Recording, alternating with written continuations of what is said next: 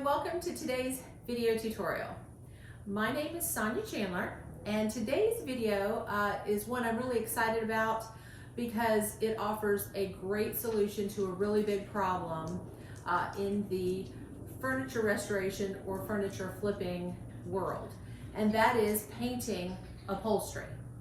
Most people ask me, can you really do that, and do you like that?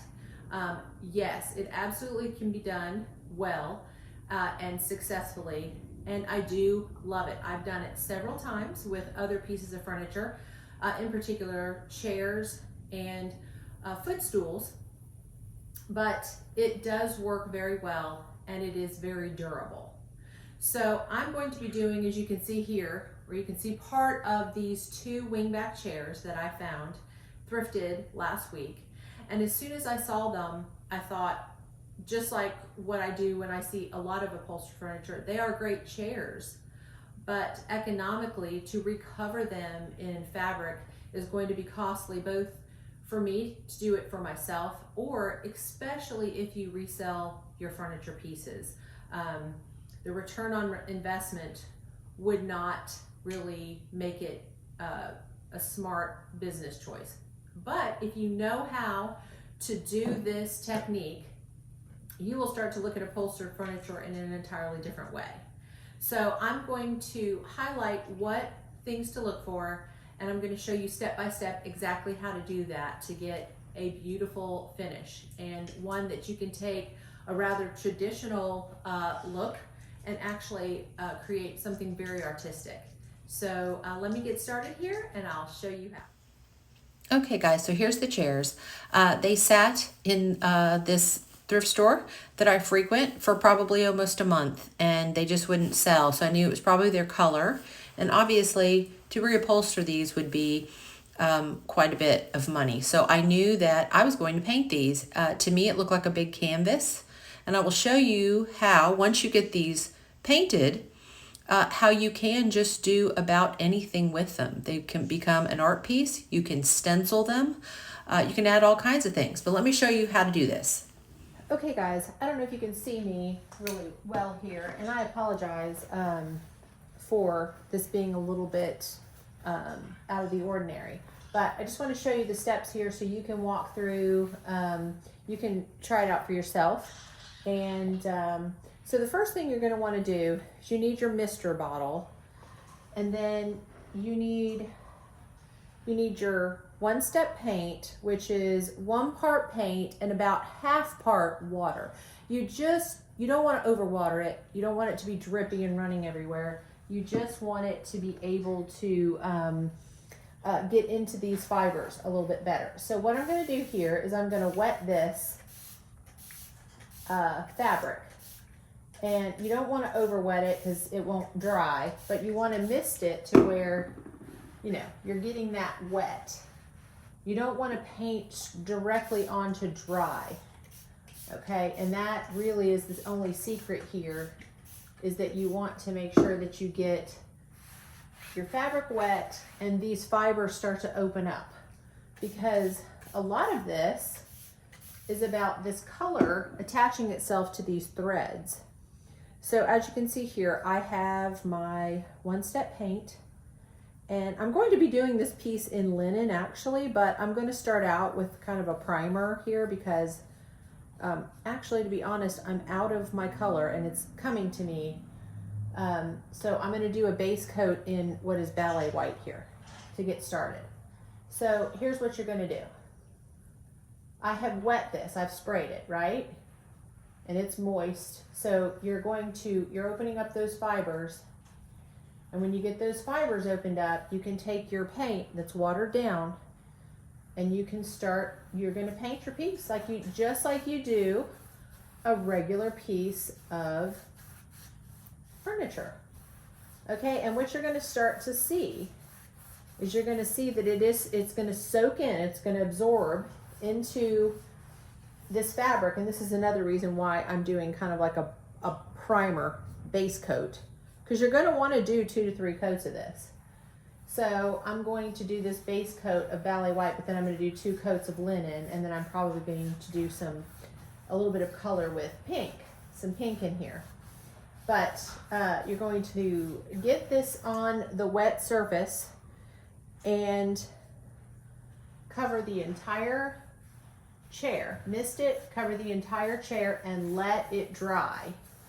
And once it gets to the dry point, then you can, your next step is going to be sanding, and I'll explain that here in the next step. But you want to make sure that your fabric is wet wherever you're painting it, and then you can put your paint over top of the wet fabric. But you want those fabrics opening, that fabric to be opening up to accept that paint. So make sure, it'll also keep your fabric softer if it's getting into the crevices there. So you want to get that on first and allow that to dry. Okay, and so you saw how to paint the hard structure surface of the chair, which is just those areas that don't have a lot of batting. And we're going to move on here to the cushion portion or pillow. Obviously this has a lot more fiber, and so on these areas you'll really want to work in sections so that sometimes that fiber can pull the water in really quickly if you spray the whole cushion. And then when you get to a section, it will be dry on the surface somewhat. So you do want it to be moist enough to where it feels wet but not saturated. Again, because it takes a really long time for it to dry if you get these cushions or upholstery too wet. So as you can see here, I'm just going in sections just to get that first base layer on. And what that's doing is it's grabbing onto all of those fibers and threads and setting the base for your rest of your layers, and then your artistic application later on. Also, when you find upholstered furniture to rescue, you want to find stuff with, low nap. I also say, if you see something that you really love and it has velvet or it has another a different fabric on it you don't think could be painted, I say test it. Test a section of it, sand it, and see if you like what that feels like or what that does. The worst case scenario is that you would have to take the fabric off anyway and reupholster it, which is, what we can do as well if we don't paint it, if the paint does not work. But I would say, most of the time you can paint pretty much any fabric. I wouldn't, try anything too high nap, but it's going to work on most pieces. So once you get this first base layer laid down, don't worry as it dries. It's going to pull that paint in, and it's going to look like this, and you're not going to be able to make sense of it. You're going to think that it's really bad, it's not working. That's not the case.